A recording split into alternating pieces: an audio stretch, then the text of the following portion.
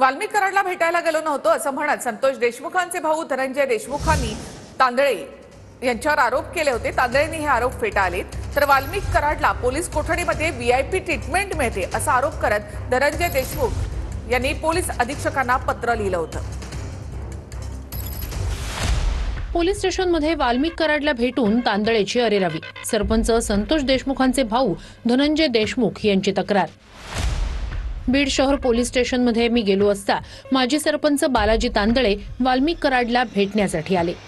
मला तांदळेंनी विचारलं की तू पोलीस स्टेशनमध्ये काय करतो आणि सीआयडी वाले कुठे आहेत। वाल्मिक कराडला ठेवलेल्या कोठडीकडे तांदळे गेले। परतल्यानंतर मी त्यांना विचारलं की तुम्ही 6 डिसेंबरला पवनचक्की वादाच्या ठिकाणी होते ना। त्यानंतर बालाजी तांदळे यांनी मीच आरोपींना पकडल्याचं सांगून माझ्या भावाची हत्या करणाऱ्या सुदर्शन घुलेचा फोटो दाखवला आणि अरेरावी केली।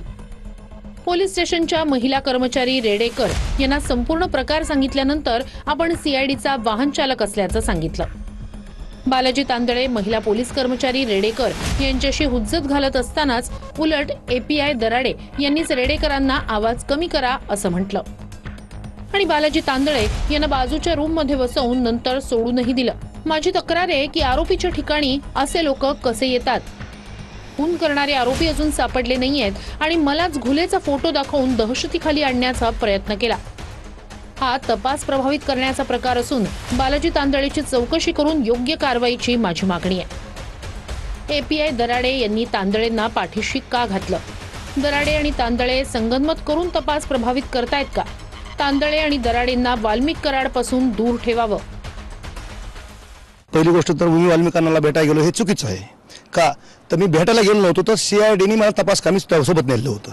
तिन्ही आरोपी जे फरार आहेत सुदर्शन घोले आणि त्याविषयी कोणाचा फोन आलता का, संपर्कात आहेत का, काय आवश्यकता का, हे विचारत होते। या सगळ्या आरोपींना तुम्ही ओळखता? ओळखायला दोघांना ओळखतो मी। कोणाला? सुदर्शनला।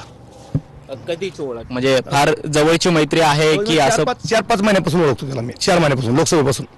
अच्छा, त्यामुळे हा पवन चक्कीचा जो वाद झालेला होता तेव्हा सुद्धा तुम्ही त्या घटनास्थळी गेलेला होतात?